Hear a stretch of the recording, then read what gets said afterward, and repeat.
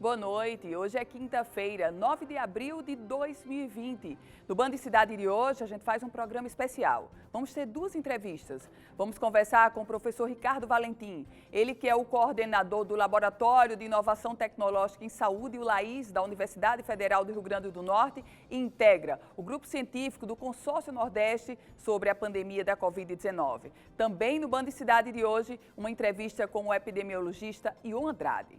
O Band Cidade especial desta quinta-feira começa agora. E a nossa primeira entrevista é com o professor Ricardo Valentim, ele que é o coordenador do Laboratório de Inovação Tecnológica em Saúde da Universidade Federal do Rio Grande do Norte, o LAIS, que faz um grande trabalho, não é só para o Rio Grande do Norte, não, é para o Brasil, para o mundo. Professor Ricardo Valentim, boa noite, seja muito bem-vindo. Boa noite, Ana, boa noite, ouvintes da Bandeirantes. Professor, o senhor é coordenador do LAIS, está integrando o Consórcio Nordeste no grupo científico sobre a Covid-19. Minha primeira pergunta é uma pergunta bem abrangente. Que momento é esse que a gente vive, professor, que está aterrorizando todos nós? Certo, então o que é que nós temos hoje? Nós temos uma pandemia, né, que tem um vírus que tem um índice altíssimo de contaminação, ou seja, ele infecta muito rapidamente, num modelo bem diferente de outras pandemias que nós tivemos, como H1N1, então muitos infectologistas, a comunidade científica, logo no início da pandemia, quando iniciou lá na China, buscavam modelos, por exemplo, com o H1N1. Mas a evolução da epidemia, ou da pandemia no mundo, ela mostrou que segue dinâmicas bem diferentes. Então ela começou ali com a China, Itália, Espanha, hoje o epicentro da doença é os Estados Unidos. Nós tivemos essa semana, ontem, 12 mil mortes, ou seja, é um número significativo, e os Estados Unidos ele está no início ainda do processo. E o Brasil, nós estamos iniciando também esse processo, estamos alguns dias atrás dos Estados Unidos. Então é algo que tem chamado a atenção da comunidade científica, tem muitas pessoas no mundo todo debruçadas sobre o problema, observando, analisando, na busca de várias soluções em diversas frentes. Ela não é uma pandemia que ataca somente o sistema de saúde e a saúde das pessoas, mas a economia e todo o comportamento social, o cotidiano da sociedade. Professor, nesse contexto, como o LAIS, o Laboratório de Inovação Tecnológica em Saúde, está contribuindo com os governos, eu digo com os governos porque não é só com o Rio Grande do Norte, mas com o governo brasileiro, para esse estudo e para atacar essa pandemia? O laboratório ele tem desenvolvido ações no governo do Estado. Eu faço parte de um comitê científico também do governo do Estado, uma medida acertada do governo que convidou várias pessoas de várias áreas, como o professor Ion Andrade, a professora Marise Reis, o professor Kênio, o professor Ângelo Roncalli. São equipes que ajudam na discussão e no debate para as tomadas de decisão. É um conselho consultivo. Então, o Laboratório de Inovação Tecnológica em Saúde, ele integra esse comitê, e para o governo do Estado, nós propusemos 5 ações estratégicas, que vão desde o cuidado com pacientes, utilizando tecnologias para isso, a questão do monitoramento de pacientes em quarentena, o desenvolvimento de uma plataforma que trata esses dados e mostra para a sociedade o que está acontecendo, um retrato diário do que está acontecendo em termos epidemiológicos no Estado, no caso de Natal, Parnamirim e Mossoró, por bairro, porque são cidades importantes, então nós colocamos por bairro, usando mapas do IBGE e os dados de casos confirmados, casos suspeitos, e agora estamos colocando um também de óbitos. Então, para que a sociedade possa ter uma informação qualificada.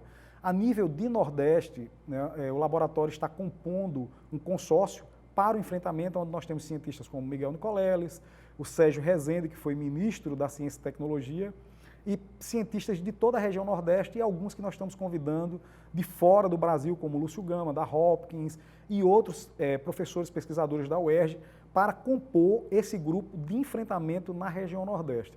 A nível nacional, o que nós temos feito, internacional também, formação humana em saúde mediada por tecnologia. Então, lançamos, junto com a Organização Mundial de Saúde, a Organização Pan-Americana de Saúde e o Ministério da Saúde, uma trilha de formação para a população geral, que precisa de esclarecimento. A nossa população ainda tem pouco conhecimento, apesar de ter massivamente essa discussão na imprensa e na sociedade, em vários meios, ainda precisa ser mais qualificada, ter uma informação mais qualificada. Lançamos um curso, esse curso já está com mais de 68 mil usuários, cursistas em todo o Brasil, são mais de 2.800 municípios atingidos e 43 países que estão acessando, que tem pelo menos um indivíduo fazendo curso. Todos os continentes do mundo, nós temos pelo menos uma pessoa fazendo esse curso. E também lançamos essa semana mais 5 cursos que vão para a qualificação de profissionais de saúde, desde o manejo de pacientes suspeitos, como também a utilização correta dos equipamentos de proteção individual. Professor, falar especificamente sobre esse mapa, inclusive um mapa bem interativo que o Laís lançou, mostrando como está o desenho, a distribuição de casos aqui em Natal. Que tipo de leitura esse mapa traz para os senhores a partir da concentração, por exemplo, Tirol e Petrópolis, e agora já está começando a se estender? O mapa, nós temos o mapa do Brasil, Nordeste, Rio Grande do Norte e Natal. Vou pegar o mapa de Natal, que foi a pergunta, né? Sim. O mapa de Natal, se a gente olhar para o mapa de Natal, a gente consegue ter uma visão espacial da distribuição da doença no nosso estado, na nossa cidade. Mas ele traz algum dado, por exemplo, se você pegar a maior concentração de renda da nossa cidade, está justamente Petrópolis, Tirol, Ponta Negra, Candelária, e é justamente onde aparecem os primeiros casos confirmados da doença na nossa cidade. Isso significa o quê? Que essa doença ela entra na nossa cidade ou no nosso estado pela classe média. Por quê? Porque foi uma doença que veio importada. Natalenses que viajaram para o exterior, para os Estados Unidos, para a Europa, retornaram, vieram com o vírus e a partir daí passaram a se relacionar e também a propagar a doença, que é normal. Um vetor, uma doença sempre vai entrar por algum caminho. O que a gente tem que observar agora é como vai ser o comportamento da disseminação da doença na nossa cidade e no nosso estado. E o mapa, ele permite observar, por exemplo, a evolução dessa doença na cidade. Então é muito importante você geolocalizar a doença justamente para poder ter ações mais efetivas. Então o Estado, ele tomou algumas ações de mitigação, publicando decretos que proíbem determinadas atividades. E esse mapa, ele vem se comportando, as cores, ele é azul, né? Ele vai ficando com um tom mais forte de azul a um tom mais claro. E tem uma área cinza no mapa. Essa área cinza significa que ainda não tem casos confirmados ali, pelo menos os casos que foram testados. Não se confirmou ou não tem casos suspeitos, não tem casos confirmados naquela região. Isso é muito importante para a gente analisar também o efeito dessas decisões que o governo tomou, que o município de Natal tem tomado. Então, entender aonde está localizada a epidemia ou a pandemia na nossa cidade e no nosso estado é super importante. Então, por exemplo, o poder público ele precisa ter hoje um cuidado muito grande com os nossos idosos. Então, por exemplo, a região de Petrópolis, a região de Tirol, é uma região onde tem bastante idosos. Então, que tipo de ações nós vamos fazer para proteger esses idosos? Porque é a população vulnerável.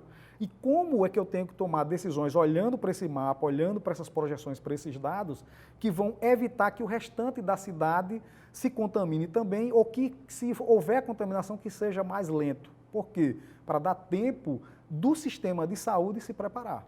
O senhor falou há pouco sobre esses cursos para os profissionais de saúde. E a gente tem um alto índice no Brasil de profissionais de saúde contaminados, inclusive um índice maior do que a Espanha, do que a Itália.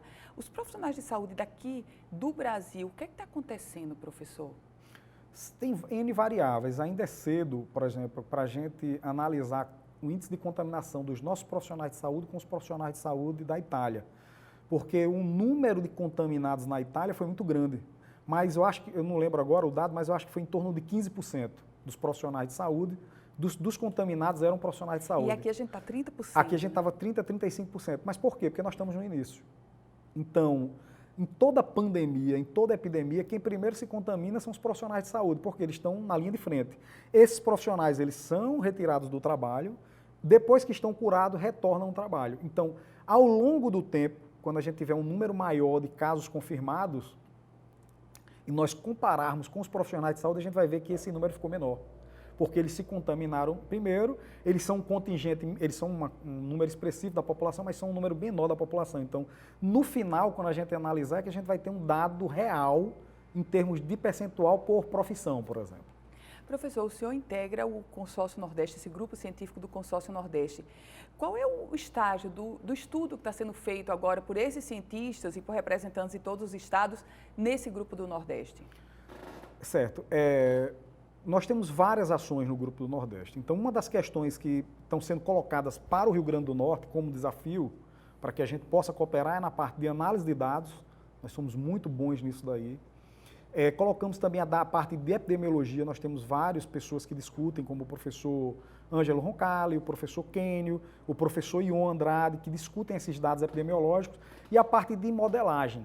Que modelagem? São modelagens matemáticas que ajudam e contribuem com os gestores para que eles possam tomar uma decisão com base técnica, com base científica. Simplesmente ele não tomar uma decisão sem ter essa base que possa consubstanciar o que ele vai colocar para a sociedade. Simplesmente mandar as pessoas, vai todo mundo para suas casas, porque essa é uma decisão que eu acho melhor. Não. Essas decisões elas estão tendo uma orientação técnica, científica, olhando para o que está acontecendo no mundo e analisando os dados que nós temos hoje.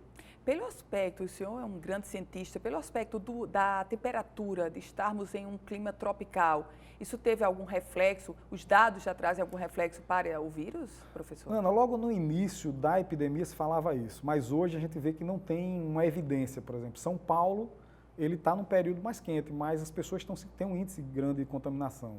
Rio de Janeiro também, então Rio de Janeiro é um lugar que agora o verão lá está bastante quente, né?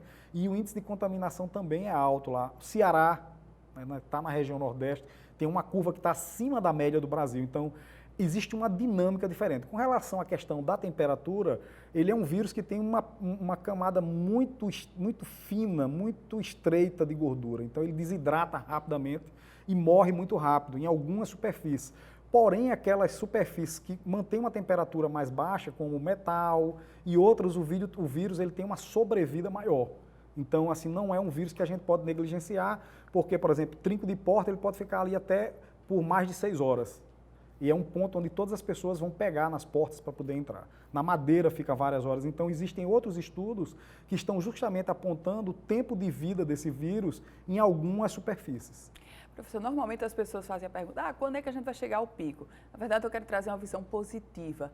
Quando é que a gente vai começar a se reaproximar dos nossos pais, por exemplo, dos nossos avós, enfim, das pessoas? O senhor, por tudo que o senhor está vendo, por tudo que o senhor está estudando, e o senhor é um grande cientista, quando é que a gente vai começar essa reaproximação do nosso convívio social, que é o que mais a gente está sentindo falta, né? Ana, eu queria ter essa resposta para a sociedade, mas hoje o que eu posso dizer é o seguinte, que uma perspectiva de junho, julho, é uma perspectiva viável, porém, a gente tem que ter muito cuidado com essa informação, porque essa informação, ela pode mudar. Então, tudo vai depender muito de como a sociedade vai se comportar, se a sociedade está respeitando a questão do isolamento social, por exemplo. Eu fiquei muito preocupado, esse final de semana fui a um supermercado, e o supermercado estava lotado. Então, eu simplesmente retornei e fui procurar um mercado perto da minha residência. Então, nesse mercado só entrou eu e minha esposa. Eu me senti mais seguro nesse espaço. Então, a sociedade ela precisa ter essa consciência da importância de fazer o isolamento social agora para que a gente saia mais rápido. Agora, o maior desafio para a ciência, e esse é um olhar mais interdisciplinar, é como é que a gente vai alinhar esses conhecimentos da ciência da saúde, da ciência de dados, da matemática, da física, porque ela é multidisciplinar, com as ciências econômicas. Porque a questão não é somente liberar as pessoas, é como essas pessoas vão ser liberadas e como vai ser essa retomada do trabalho.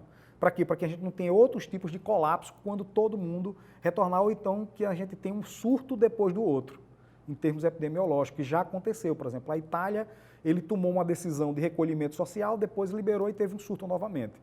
Então, esse é um cuidado que a gente tem que ter. Então, o Wuhan, na Itália, eles já decretaram, por exemplo, o fim da contaminação e as pessoas, do isolamento social. As pessoas começaram a voltar, e as pessoas já começaram a retornar. E depois do quê? De 70 dias de isolamento? Isso, na China, né? Na China, então, exatamente. 70 dias. Então, é um número que a gente pode analisar. Eu acho que o governo federal, ele tem tomado algumas ações importantes com relação a criar redes de proteção social na área econômica, né, que precisa urgentemente, a população precisa urgentemente ter acesso para que a economia ela se mantenha ativa e não haja outros tipos de problema por falta de renda, mas de maneira acertada os governos em todo o Brasil guiado por ações do Ministério da Saúde, pela Organização Mundial de Saúde e pela Organização Pan-Americana de Saúde, tem acertado, principalmente no Brasil, onde a testagem ela é menor do que outros países. Por exemplo, a Alemanha ele teve uma política de testagem muito grande. O que é que você vê lá? Você vê um índice de mortalidade menor, a letalidade lá está sendo menor. Então,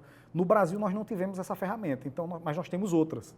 Nós temos um grupo de cientistas que estão fazendo projeção em cima dos dados que a gente tem. Então, como nós não temos a mesma visão que tiveram na Alemanha, na Coreia do Sul, então estão sendo tomadas outras decisões com base nas ferramentas científicas que nós temos hoje. Professor, a gente conversava nos bastidores e eu dizia para o senhor que eu imagino que deve estar uma disputa enorme sobre quem vai criar a vacina primeiro, quem vai conseguir testar o remédio primeiro. Se eu tivesse que fazer uma aposta hoje, o senhor apostaria que essa vacina vem de onde, professor? Eu acho que a vacina ela vai sair de vários lugares ao mesmo tempo. Então, existe uma corrida muito forte de pesquisadores da Johns Hopkins, nós temos contatos com alguns deles, como o professor Lúcio Gama, que está debruçado para essa questão. Ele é uma das pessoas envolvidas com a vacina para o Covid-19. E é um brasileiro. É um brasileiro, colega nosso. E também outros pesquisadores na China, na Alemanha. Então, tem uma corrida muito forte para a vacina. A gente tem que torcer que venha muito rápido. O Brasil também tem pessoas ensaiando pesquisas na área na Fiocruz, em outros lugares, não só na parte de vacina, mas também na parte de medicamentos. E eu acredito que até o próximo ano a gente vai ter uma vacina viável para a população, não antes de abril. Professor Ricardo Valentim, coordenador do LAIS, parabéns pelo trabalho que o senhor realiza. Eu já tive outras oportunidades de dizer e sou fã do trabalho do LAIS, um trabalho que tem como líder o senhor. Muito obrigada, professor. Muito obrigado. Estamos aí para contribuir com o que a população precisar. E tenha certeza que a gente depende muito desse trabalho do LAIS, em todos os momentos, sobretudo nesse momento. Muito obrigada, professor. Obrigado, Feliz Páscoa para o senhor. Você também, E o Band Cidade vai agora para um rápido intervalo. No próximo bloco, a gente vai conversar com o Dr. Ion Andrade. Ele é epidemiologista e a gente continua nesse foco da pandemia da Covid-19, mas agora no foco no aspecto epidemiológico. 1 minuto e a gente está de volta. E para este segundo bloco, aqui no Band Cidade, nós havíamos anunciado a entrevista com o médico e epidemiologista Dr. Ion Andrade.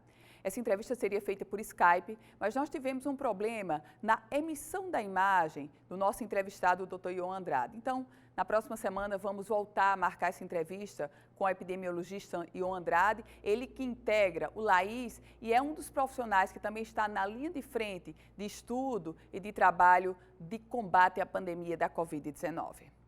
O Band Cidade de hoje vai ficando por aqui.